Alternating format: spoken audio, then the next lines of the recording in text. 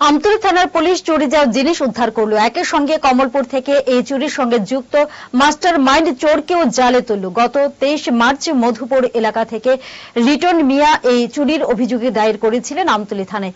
অভিযোগ মূলে চোরকে কমলপুর থেকে চুরি যাওয়া জিনিস সহ জালে তুলল আমতলী থানার পুলিশ।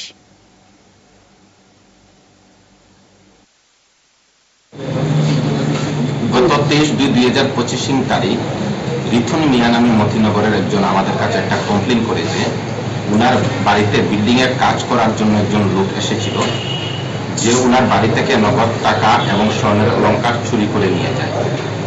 পরবর্তী সময় আমরা মোবাইল নাম্বার ট্র্যাক করে এবং একটা ফটো রিকভারি করতে পারি চুরের, এবং গত 16 তারিখ আমরা কমলপুর থানাধীন এলাকা থেকে লিঠন দেব নামে আমরা একজনকে শনাক্ত করি এবং তাকে আমরা রিমান্ডে নিয়ে আসি এবং পুলিশ রিমান্ডে থাকা অবস্থায় তাকে জিজ্ঞাসাবাদ করে গতকাল আমরা কমলপুরে গিয়ে ওর বাড়িতে রেড চালাই এবং রেড করার পর উক্ত চুরির টোটাল 70,000 টাকা, একটি গলার স্বর্ণের চেইন, এক জোড়া কানের স্বর্ণের রিং এবং একটি হাতের আংটি আমরা রিকভারি করি।